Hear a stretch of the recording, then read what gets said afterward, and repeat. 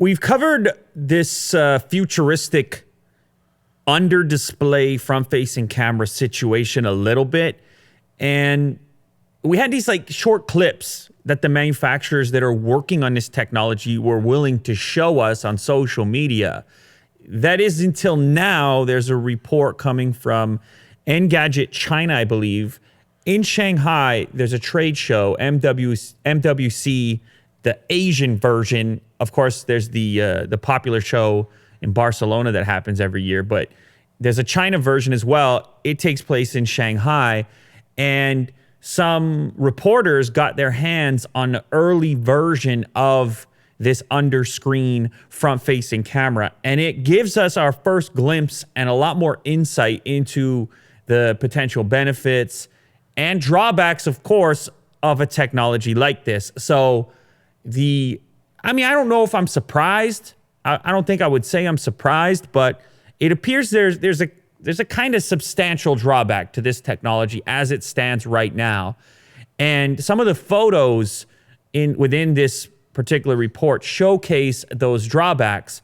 If you look closely, especially if you put the camera or your eyeballs on an angle, you can pick up this kind of screen door looking pixel layout that exists over top of the section in which your front-facing camera is going to have to look through. So even though the demos seem to make it look as though the screen would just turn off in a location where the camera would then be activated on the front end and you would get something that looks like a typical bezel, this layout that we're seeing, or this implementation that we're seeing in these images, makes it look as though you still have a kind of notch there. It's a different notch. It's not nearly as offensive as a completely blacked out notch, but instead it's like this notch out where you can just sense this discrepancy in the display and pixel layout. So apparently this is not the finished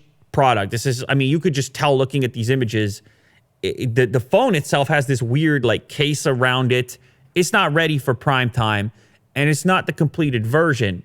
But presumably there could be some kind of consequence, some kind of drawback to this eventual technology when you do get it, and it'll be up to you to decide how offensive this difference in pixel appearance is to you. For me, it's still better than the hole punch, notch, and possibly even the motorized implementation, in which, of course, people have criticized the idea of moving parts in a smartphone and so forth. Now, the other important component in this report is the performance for front-facing images, for selfies. It appears that the selfie performance is not as good as they had kind of implied at the initial via the initial social media post. He said it's going to be even better, could perform even better than what you're getting right now out of selfie cameras. The model that was on display at MWC in Shanghai, when it was demoed by the reporter who broke this particular story, you can kind of see discrepancy. There's a comparison selfie of a OnePlus 7 Pro versus the Oppo that's detailed in this post. And you can see it's got a weird kind of like hue or cloudiness or fogginess, haziness. It looks like a dream sequence in a movie from the 80s. You know what I'm saying there, Will? It's like, oh. It's like Vaseline on the mirrors. There you go. That's another way. Yeah. That's another way of saying it. I was thinking more, oh. Godlike. You know what I'm saying? Angelic. Cloudy. I don't even know what movie I'm talking about right now. Yeah, it's like the stereotypical God sequence. Yeah. Raising up to the gates. Are you in or are you out? Mm-hmm. Is this like beauty mode? It doesn't look good to me as it stands right now. Yeah, it looks very soft. Now, we need to be clear here. This is, again, prototype status. Yes, it's on display. Yes, you could try it. Yes, it's closer to the eventual release, but it's not final, so we can't really evaluate it like that. But for the time being, that's the appearance. It could be a consequence of the limitations of the tech, or it could be a temporary thing as they go in there and tweak the performance, possibly tweak the software and how it interprets those differences. Maybe there could be a contrast enhance in order to deal with and overwhelm the Vaseline effect, as you called it. I call it the effect, you see? So it's like in the cartoons, you get up to the gate. Well, it's that they're like, no, you're going to hell. You're not coming. You're not in. Remember that in The Simpsons or whatever? Yeah. I don't know. They've done it. But anyway, that's what the guy's going through right there. He's got to make the choice. It looks cool. I'm glad that it's closer. They also demonstrated a little more how the tech works. They released some slides of like how the whole thing operates. It features a highly transparent material plus a redesigned pixel structure for improved light transmittance. So basically, the reason that you see that strange little pixel difference when you're looking for it is to allow for more light to pass through. And I think they're going to continue to tweak it even from here. It's getting closer to the release, as I mentioned previously. And now we have kind of our best look, our best demo yet of what under-screen cameras could be like and what the potential drawbacks of an under-screen camera might be. I'm still excited. This isn't going to change my enthusiasm. I still think it's the right move. I still think it's the future. I think it's the thing worth working on. I think it's a thing that's worth improving because it finally, once and for all, puts the notch conversation to bed. Also, as you know, Will, I mean, I've obviously done a number of selfie tests upstairs with every smartphone in the world, with the beard hair test and so forth. But as you know, and as I've said previously, I don't buy a smartphone based on selfie performance. I mean, I got to showcase it because people out there might. But for me, on the personal level, that's not a big component of purchasing decision, is the selfie performance. If there's anything I look for with selfies, in fact, selfie cameras, there's another thing I've mentioned before. People may have missed it. I like the wide angle selfie because it's not about the selfie. Then it's about the group photo. Right. Which is a hard thing to achieve. And that might be worth commemorating for certain events and things like this. That's actually more useful to me. Anyhow, moving on. Samsung, apparently, they're going to release a foldable Galaxy clamshell. They're doubling down on the foldable. They're like, we don't even have a fold yet. We didn't get that out to the market, all kinds of issues, whatever else. But we're going to double down. We're going to do a clamshell as well in conjunction with the original fold. A clamshell that's going to line up with the Razr, the Motorola Razr that we saw get teased. So the idea here being a tall phone, portrait style phone, which could fold inside kind of like a sandwich.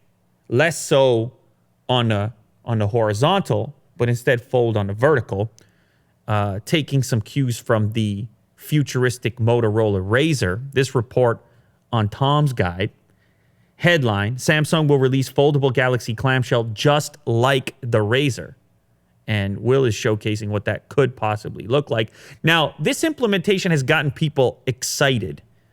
And for good reason, because in this implementation, you get a substantially smaller, pocketable type of device. You start to figure out, okay, I'm folding it, I know why.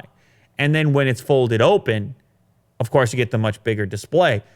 Two things happen here. You protect the internal, soft, flexible OLED, which seems to be important at this point based on what we've seen up until this point with durability and so forth. It was the reason I was apprehensive about the Mate X, which put the flexible, soft, non-Gorilla Glass display on the outside of the device. Then that goes in your pocket, purse, or otherwise. Could be problematic. So this here serves the functional element in that it protects the screen, and it also truly shrinks the form factor into something that for sure is more pocketable. Unlike the current Fold, which I had my hands on for a while there, which in your pocket actually feels bulkier, bigger than a typical smartphone as it stands today, and then goes on to open up into more of a tablet form factor. Did I just say tablet? I think I did, Will. You got to call me out on this, you see? Yeah. You can't let me get away with that. So apparently this clamshell will use a 6.7-inch screen. Keep in mind, this is a rumor at the moment. It comes from a Korean publication. Apparently, they're relatively accurate, consistently accurate, according to Tom's guide. It'll be a 6.7-inch screen like the current Galaxy S10 5G. So your typical smartphone form factor, but then it'll vertically fold in half right in the middle. This will allow you to fit it in your fancy outfits, Will. You see? I appreciate that. You know, sometimes you go out on the town. Sometimes you look Otis in the eye and you say, look, I got to get out there tonight. Mm-hmm. You say, look, you got to fend for yourself and don't you dare chew on my sneakers because you're jealous. Yeah. Because Willie Doo's got to do some things sometimes. And you got to put on the outfit and it's going to probably be form-fitting because you're trying to let the people know what's going on. Yeah. And if that's the case, you're going to be looking for something like this that isn't bulging, that isn't going to ruin the silhouette. You understand? Mm-hmm. And so this is the folding phone for you on those evenings when you do something like that. I could tell Otis is already worried. He's scared. You might go out there and find another Otis, Will. You see? Yeah, you don't want to look like this. No, see, look at this guy. I mean, that's not even the tightest jean that you see right now. I mean, jeans are getting tight. I personally gave up on jeans. Well, you know this. Mm-hmm. I wear a soft pant, you know, with a thin material because I'm trying to be comfy. And I get hot. I explain this to you. Yeah, that's what you do. Yeah, so, of course, on the show, I can't be wearing shorts over here. You got the legs if you go to the wide angle. Yeah. You see the legs? Those are legs, you know? So I had shorts on before. If you don't believe me, I had shorts on. And you can't see them. And I did this out of courtesy for all of you. It could have been, you know, you could have had, see, you can't find that. You could have had a lot more than you bargained for in this episode. It's quite possible. Anyhow, so yeah, so they're going to fold it that way. They're going to keep it slim. They're going to keep it fashionable. Could be popular amongst the female clientele with the purse, Will. They put it in a purse, gets the keys, it gets jammed up, scratched up. No. You fold the clamshell. You put it in the handbag. It's almost like a cosmetic. Doesn't it? I don't even know. Have a vibe to it. Well, what's the small purse that the girls carry? It doesn't even have doesn't have the strap on it. It's just a small. It's a clutch. Kirk, unbelievable. Clutch. Kirk comes through. A clutch that will fit in a clutch, ladies and gentlemen. It will also fit in Willie Doo's night out outfit, form fitting. I mean, he looks like a superhero when he goes out on the town. You know. Yeah. Spandex, capes, and whatnot. It has a sheen. And as far as I can tell, he's a force to be reckoned with in those environments. U.S. companies find legal ways around Trump's Huawei blacklist. Got to give him the Huawei update. Give him the intro, the soundtrack, Willie do. For the Huawei update. Go ahead. I don't want to play the graduation show. No, not the graduation song. You forgot. It's the Sports Center song. You don't have to play it. I just need you to hum it. No, man, we're going to get knocked off of YouTube. No, not if you hum it. I don't know what it is. I mean, how many times we already... Da-na-na, da-na-na. Okay, well. We just stole the Sports Center, but as long as we hum it... We're off YouTube now. No, you can't. You're not going to be off YouTube for humming it, man. Huawei update. The people need it from us. You don't understand, Will. All the tweets, they come at me. Lou, Huawei this, Huawei that. You don't understand. US this, Trump that. I think if you type Huawei in Google, it's just us. Always going to be news. No, it's just us. We come up. The Huawei update. It's just your face. That's right. No, it's a lot of news. It's still a lot of news. G20 coming down. Japan, Osaka. Trump, you know, travels there. The world leaders, the world is meeting. All the images, look at them. You see? Will, that's how it goes. See? This is what we do, Will. Just like that. They didn't invite us to the G20. They don't care about us. We're here at a distance. We do what we can. Anyhow, they're meeting up. That's the old one in Argentina. They're in Osaka this time. But nonetheless, whether they figure it out or don't figure it out, guess what companies are doing? Companies are doing what companies do. They are figuring it out. And one of those companies, Micron Technology, the largest U.S. maker of computer memory chips, they're like, hey, man, thanks, but no thanks, Trump. We want our stock to go in one direction. We got to report to shareholders. We got to get in the boardroom, and we got to have a plan. We can't sit around and deal with 25% tariff on this and that and an inability to sell to our biggest customers. So they found ways. They look through. They got lawyers. What do you think? Lawyers? You can't get a lawyer? I mean, half these companies are lawyers. They go in there and they say, oh, big deal. All we got to do is funnel the sales through country XYZ. Big deal. These companies are so big, Will, that they have foreign offices, head offices. They go, oh, what do we got to do? We got to put the sale through the UK? Fine, done.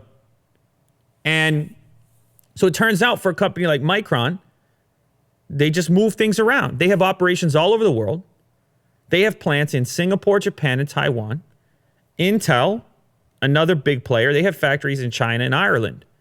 So they could just legally move shipments into the right locations to work around the restrictions and keep doing business. Now, there are some restrictions that are impossible to avoid, particularly in relationship to customer service after the fact, and like software updates and picking up the phone, the 1-800 number, things like this. Especially if those operations, the people you connect with, that clientele,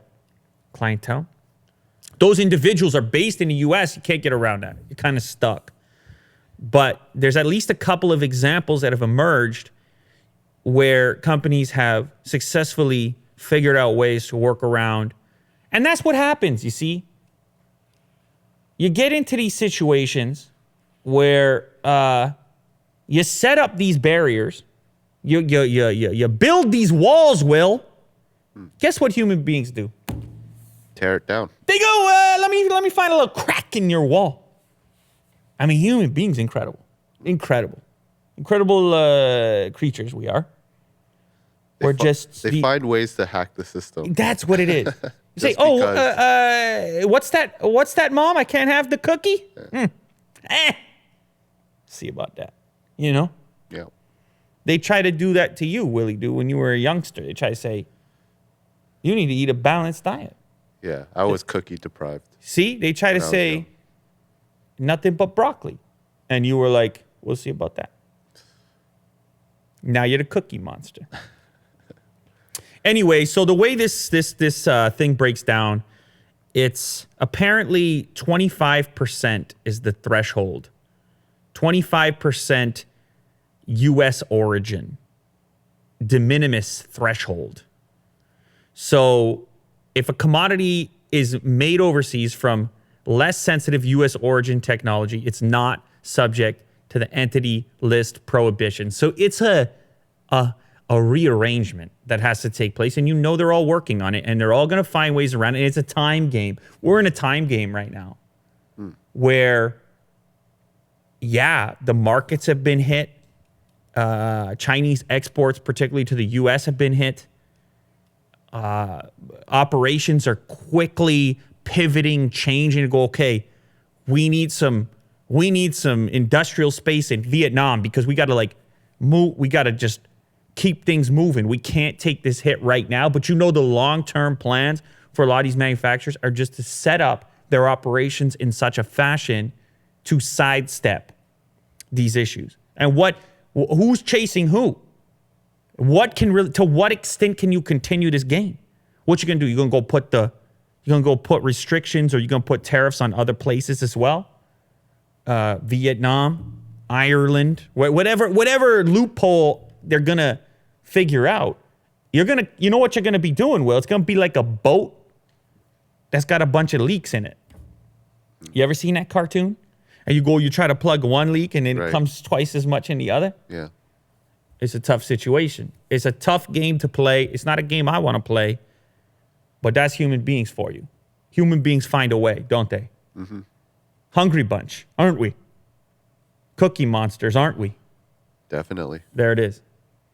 Talking about laptops, does anybody notice look at this laptop on the desk right here. Jeez. We were looking at it earlier. We're like, that's quite aggressive, isn't it? And I was like, is it too much? Is it too aggressive?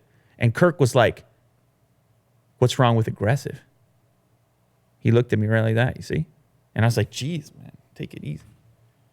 Because he thought the set had like a futuristic vibe. So all of a sudden it was the Predator. Is this video out when they're watching this? Maybe. If you haven't seen the video on this laptop, I just unboxed this thing on Unbox Therapy. Go check it out. It's bananas. It's so crazy. I mean, I'm not going to do a full thing on it here, but it's so crazy and unusual that I just had to use it for a little bit, and that's why it's sitting here. No, it's not my daily driver. It's not going in the laptop bag. It weighs almost 10 pounds. It kind of is at home in a nice setup. It's a gaming laptop with a huge display. Very nice for this purpose, actually, here. But you're looking at it, you're like, well, what happened to the X1 Carbon? You spoke so much about the keyboard. You love it. 2.5 pounds. Did you change your point of view there, Lou? No, that didn't happen. I'm having a little bit of fun right now, but in the laptop bag, it's the X1 Carbon 6th generation, which brings me to my next story.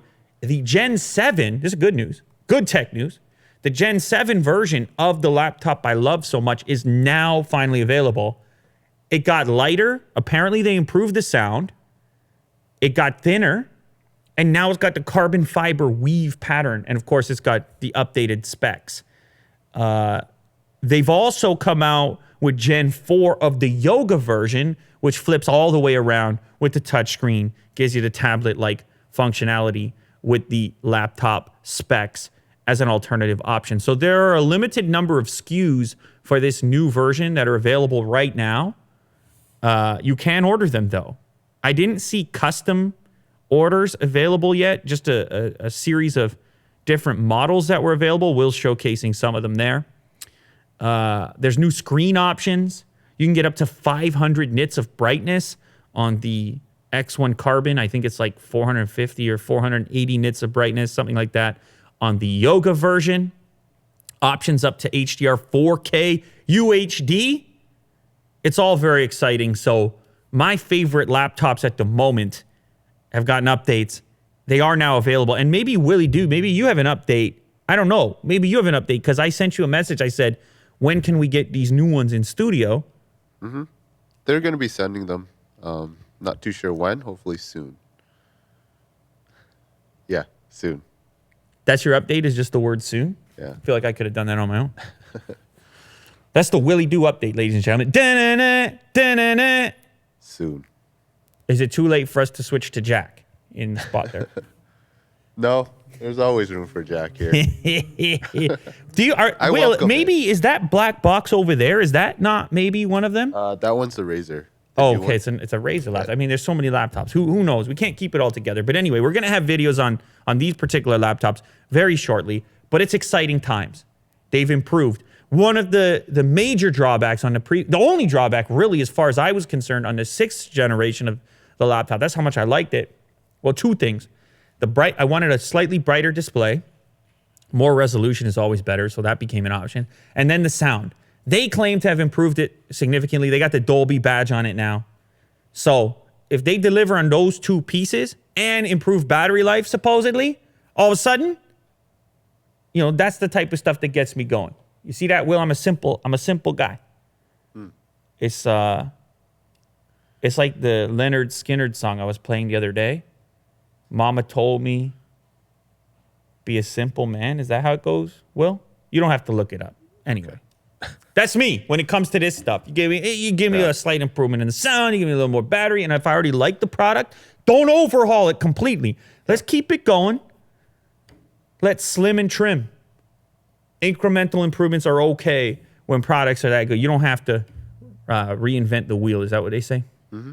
Now, speaking of a product that is actually here, because Willie Doo is doing his job, and it's important to know, 9 times out of 10, he's on the fringe. 9 times out of 10, you need something done, he's your guy.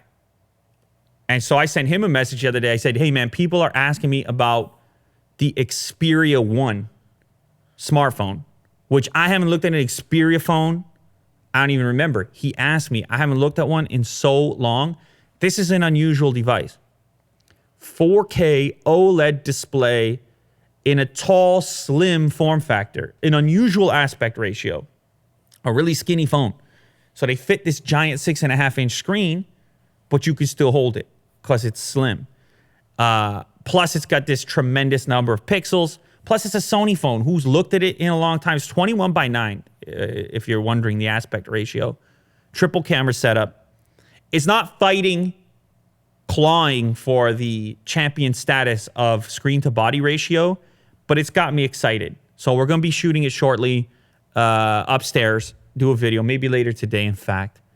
But the reason I'm bringing it up at this moment, even though I haven't looked at it yet, it's still in the box, is because apparently there's a cool deal going on right now in which if you pre-order one of these Xperia Ones, the pre-orders, by the way, they've gone live already, you can get a free pair of WH-1000 XM3 headphones.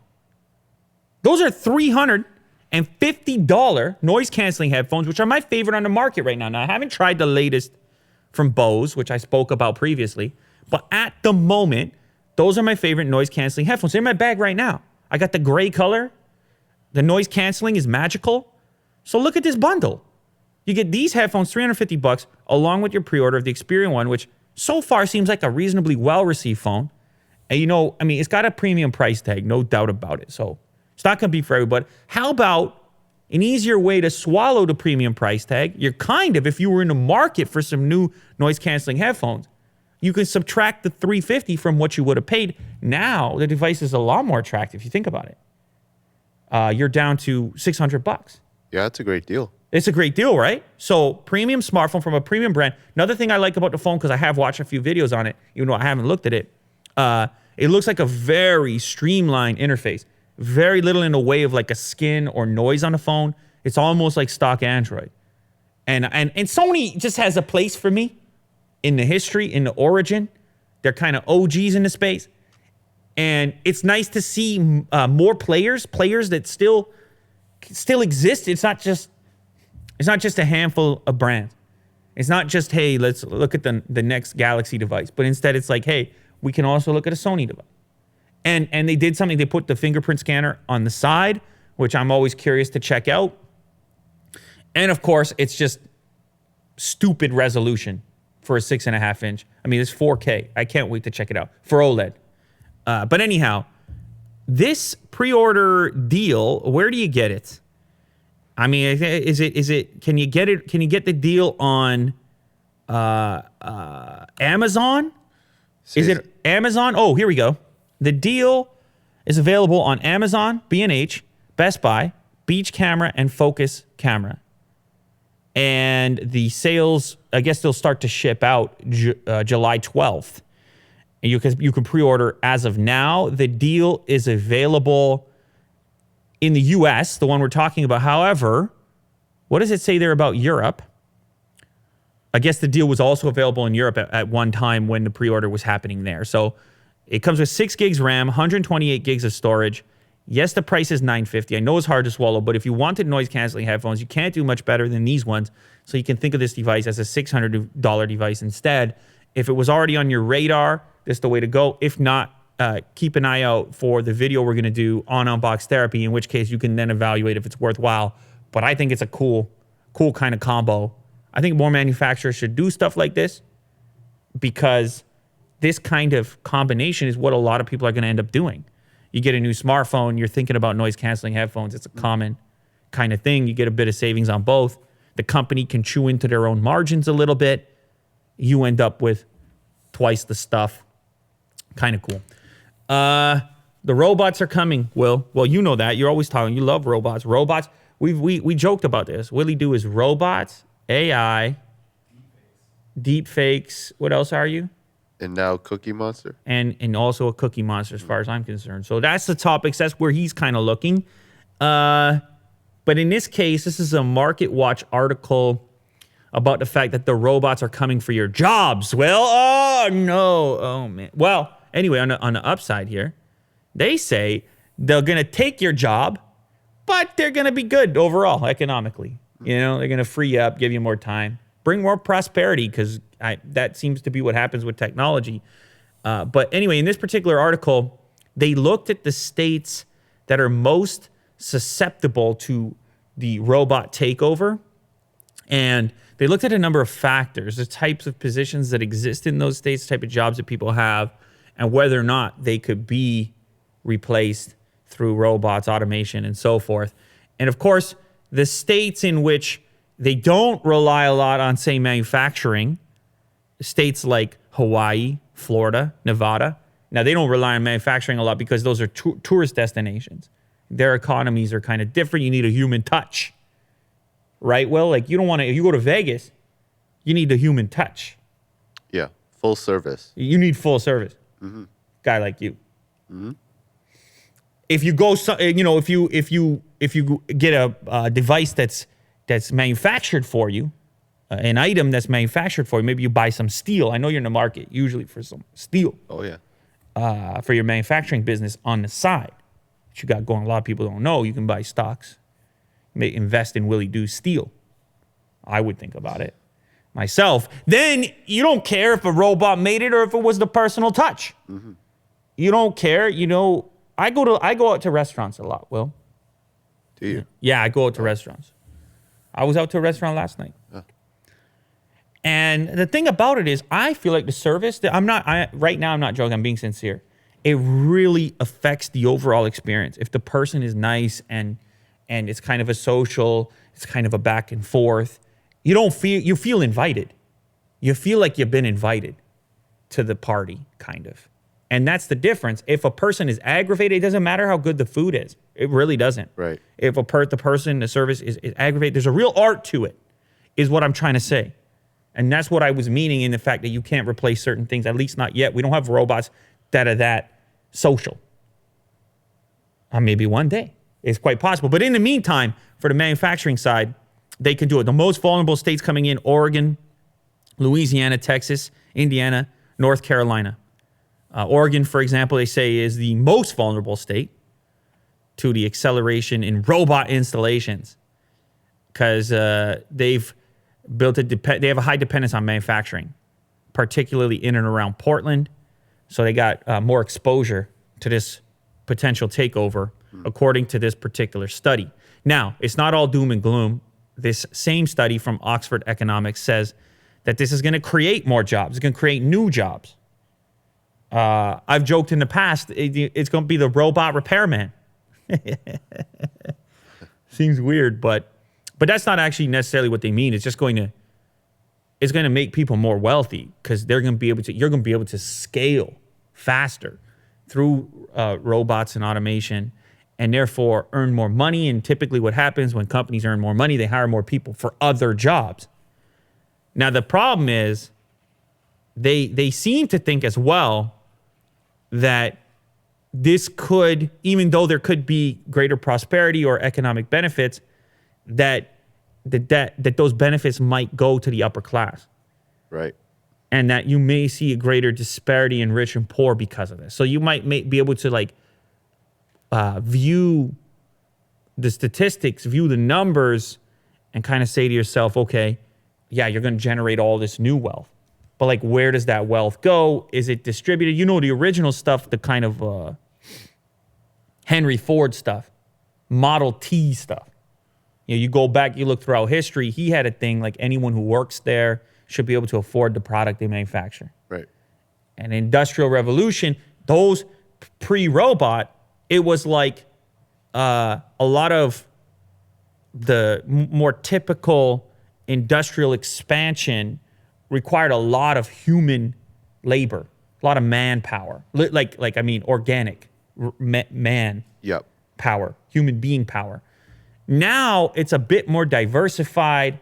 It's a bit more, it's a bit harder to know how these massive changes rearrange the workforce.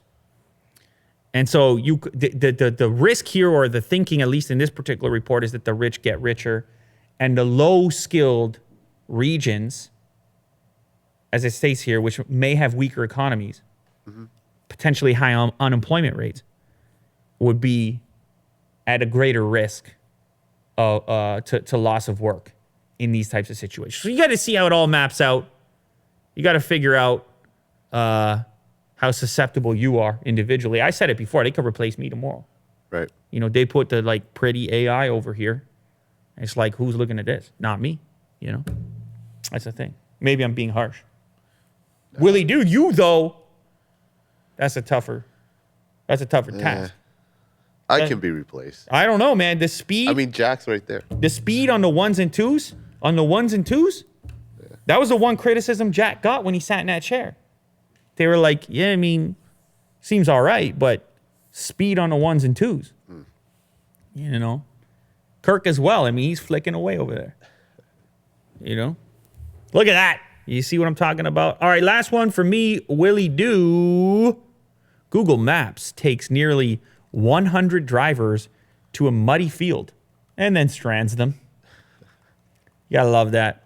You gotta love that headline. I mean, the headline got my attention, but it turns out, I mean, it's one of these stories. It's one of these where it's like, look, at the point at which you hit the dirt road, you start to consider getting out of there. You start to go, wait a second, I'm about to be in a traffic jam over here on a dirt road because Google Maps told me to turn left.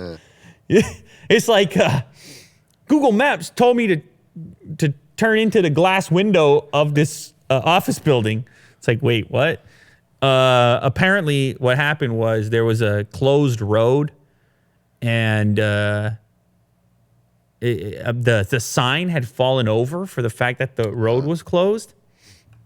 And so Google Maps just routed people onto it, and dozens were on the same path, and they all ended up in this weird traffic jam. I mean, is this AI revenge? Is this the first taste of it? They're like, we're gonna be pretty gentle with it. We're gonna just punish you a little bit. We're gonna put you out in a muddy road, like sort of like a prank you would pull, like a elementary school prank. Make a left at the goat's tail. I don't know what I'm talking about. You know what I mean, though? Like a lighthearted prank, a lighthearted AI prank. Like, let's just put a bunch of people in a dirt road traffic jam. Anyway, I'm sure that's not the case. Well, how does Google know if the road is closed? Like, who signifies Google? Yeah, well, the thing is, by the looks of it, you're looking at the images here. You're in the middle of nowhere. I mean, it's a pretty rural looking location. So my guess would be that there hadn't been any kind of update, no helicopter traffic report that could then be input into how Google typically would deal with a situation like this. They didn't have the feedback at the time being. But the individuals, they don't know that. You know how people use it. You just trust. You just trust and go. Oh, yeah. You're on the trust and go pattern. Right into a lake. And here's a quote. Why did Google send us out there to begin with? Why did Google, hey, Google, why'd you send us out there? You know? There was no turning back once you were out there, said one of the drivers. I know. It's a terrible situation. I mean, I have a little bit of sympathy. I guess these people had places to go. Imagine you were on some really serious trip. Right. Yeah. And you had a place to be in a quick amount of time. Now you're on this dirt road. Anyway, the road is privately owned and maintained, but neither the city of Denver nor the city of Aurora, this happened in Colorado, could say whether the dirt road was really closed to traffic. It seems like a bizarre situation. I don't know why it took this long to happen, but maybe it's been happening for a while and it just never hit the news cycle, and now we're seeing it. Look, ladies and gentlemen, here's the breaking news out of all of this. If Google Maps tries to send you down a dark alleyway, let me tell you something. Don't do it. Don't do it. I'll tell you right now. All right. This AI is playing tricks with us now. It's schoolyard pranks going on, starting today. Don't get stuck in the mud, ladies and gentlemen. Anyway, what do you got? You got a question for us? Maybe you got a story. Well, I don't know. I don't know what you're up to these days. Guy like you? I got a quick story. You got a story? Just a quick one. Look at you. A quick one. Look at you. You're a guy in the world, aren't you? So we were talking Living. about cars the other day, futuristic cars. Can I just say what a time to be alive, Willie? Dude? What a time to be alive. Yeah.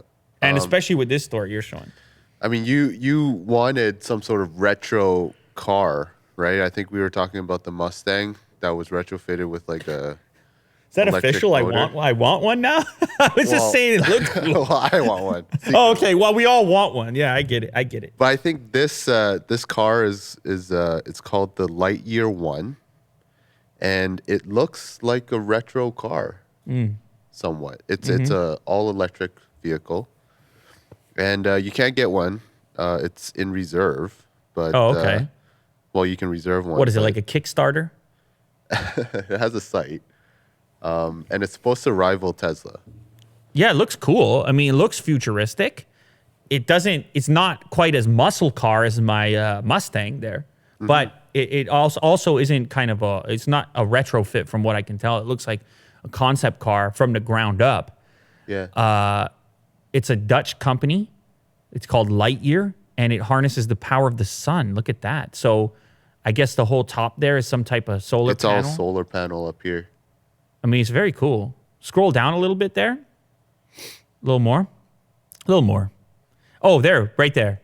The solar panels can also reportedly generate between 30 to 40 miles of range on a summer's day, or over 12,000 miles per year if you live in the middle of the desert. So we get the car and we move to the desert, obviously. And apparently with the solar panels, you can actually keep on driving forever. Right. Like 10 to 20 kilometers. Slowly. Yeah. Interesting. Like it's going to be a crawl, but you can make it to like the next charging station. That's cool. Because of these solar panels. I don't really believe it because, I mean, solar panel technology is... It's not there, right? Yeah. Right. But it's a cool concept. What do they want for it, Will? Give us the price tag here. I don't think that there's a price tag. Oh, there you go. Yeah. Okay. That's a fat one. Yeah. To me, that looks like 150,000 euros. Can we get a conversion? 150,000 euros. Okay. Can we get a quick conversion to USD? 150 G's in euros. It's probably close. 170,000 USD. That's no joke on the price tag. Well, no. I mean, the Mustang one I showed was more than that, but this is more than a Tesla. And you're reserving with a company you don't even know about. They say the Pioneer Edition, they only got 500 available. Oh, 407 available left. So they sold 100 of these things pre-sale. Reservation payments, 119,000 pounds. These dudes are just throwing it around. They're like me. Last night I checked, there was like 40 reserved. So it's going up. So it's hot right now. Yeah. So I guess the report goes out. People are into it. People want futuristic transportation. They're sick of the status quo. And also, it seems to me there's such an enthusiasm around this kind of high-tech stuff like this amongst Tesla owners, other car owners. You know, we talked on a previous episode about the Taycan, I believe it's called. Taycan, I don't know how it's pronounced. That's the Porsche electric vehicle. Apparently, they pre-sold all of those, and they have no history of making electric vehicles. I mean, they have a history of making cars at least. That's the concept. It ain't going to look like that. I think you can probably find something closer to the production, probably on the far right there. Yeah, it's going to look more like that. It still looks really cool, obviously. So there's just an enthusiasm around the space and the idea of progression in this space away from the combustion engine and so forth. I think it's cool. I mean, more players, more imaginations in the space is good. One thing, I would just say I would tread lightly as far as throwing around for sure. 120. This ain't no $50 Kickstarter, Will. A car is no joke. You got to get to places. It's a few dollars. Yeah. And if you can't get to that place, it's a problem. Yeah. So that's just where I'll leave that one. But cool story, Will. You've been getting after it, as far as I can tell. Question of the day. Oh, by the way, I haven't mentioned this in a while, but if you want to send your question into the show, all you got to do is hit up Will at loulater.com. He will entertain most, if not all, questions. Whether or not he'll select it, I can't speak on his behalf. He's a strange guy. He gets into strange moods. Today, for example, Toronto Raptors, Vinsanity. What do you got? This is from Noah. Lou and Guys. Okay. Would Raptor fans welcome Vince Carter back to Toronto for the final season of his career? First of all, there's like a two ways to look at that question. All right. There's the way of welcome from an emotional standpoint, like round of applause. It's all good. Like never mind the exit going the way that it did with the trade request and the emotional side. But then there's also the actual practical, functional side of welcoming back. Like, are we really going to get you any minutes on the squad that we have right now, championship level? Is he just going to sit on the bench? Level squad, yeah. And so I would say if he wants to take up a roster spot, a lot of young players on the Raptors, you want to come in and kind of mentor the young players, sit on the bench, be there in practice, things like this, and retire your Raptors jersey, put it on one last time. That's one thing for a league minimum salary kind of thing, so that you're not taking up too much salary cap and so on. Then I can see that taking place. But it might be a shame to have your final season, you see almost no minutes, kind of like Jeremy Lin this year. He didn't see very many minutes, especially in the playoffs. And, of course, you remember the former glory. Look, not everybody can play. Not everybody is going to be in the rotation. Yet the team is the team. And there are other contributions that we can't see in the broadcast that a player can make by being present, by being a good, positive force in a locker room, in the practice, and so on. So if there was a spot and he could come back in that context, understanding that context, then I could see it being okay.